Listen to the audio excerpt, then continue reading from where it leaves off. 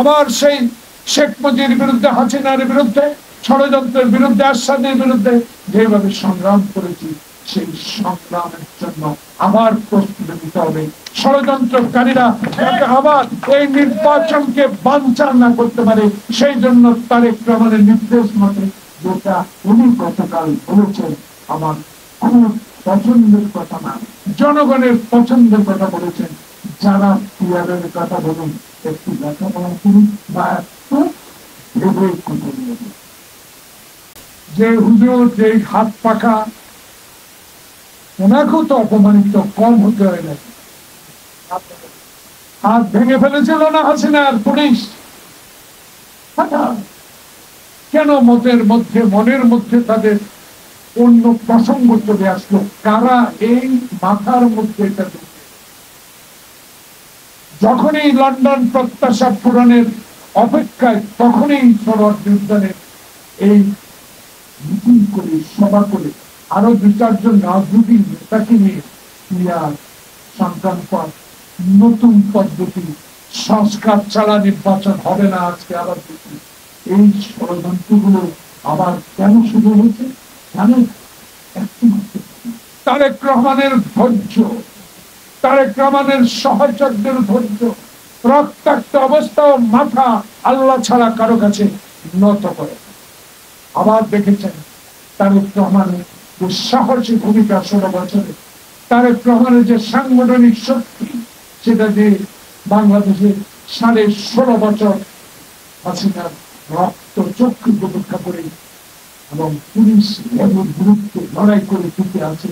যারা জীবন দিয়েছে তাদের স্মরণ করি, যারা মৃত্যুর পর থেকে আমরা বেঁচে আছি, আমরা সাজরে এখনো চিৎকার দিয়ে যখন বলি দশকটা নির্বাচন দিতে হবে, তারেক রহমান বলেছে আমি এমন নির্বাচন চাই যে নির্বাচন দিনে হবে, যে নির্বাচন পরিস্থিতি।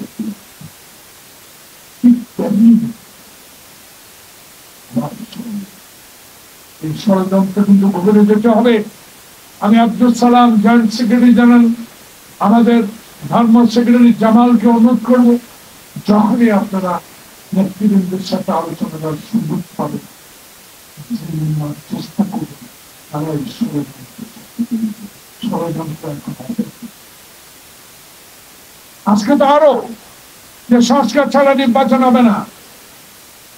আগে কি জাতীয় সংসদ নির্বাচন নয়, আগে স্থানীয় সরকার নির্বাচন, নমিনি ডিক্লার, আবার নির্বাচন করবেন, আবার 300 প্রার্থী দেবে, ইউনিয়ন পরিষদের চেয়ারম্যানের প্রার্থী দেবে, আবার নির্বাচন।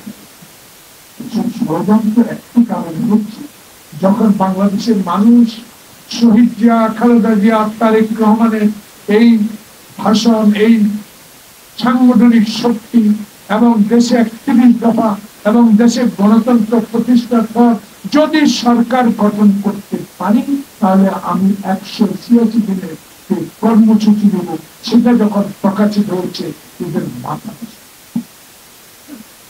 দেশ পরিচালনার জন্য উনি যে লন্ডনে বসে প্ল্যান প্রোগ্রাম করছেন, সেটার প্রতি তারা সাপোর্ট না দিয়ে আবার তাই এই ষড়যন্ত্র রুখতে হবে।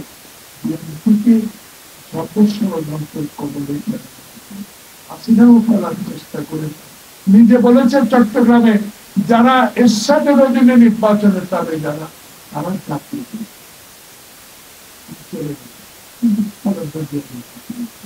আবারও বাংলাদেশের বিএনপিকে নিয়ে যে আবার ষড়যন্ত্র শুরু হয়েছে, তার প্রমাণ হাত পাকার নীতি, তার প্রমাণ আবার কিছু রাজনৈতিক নেতাদের এইসব বক্তব্য সংখ্যানুপাত নির্বাচন না হওয়া।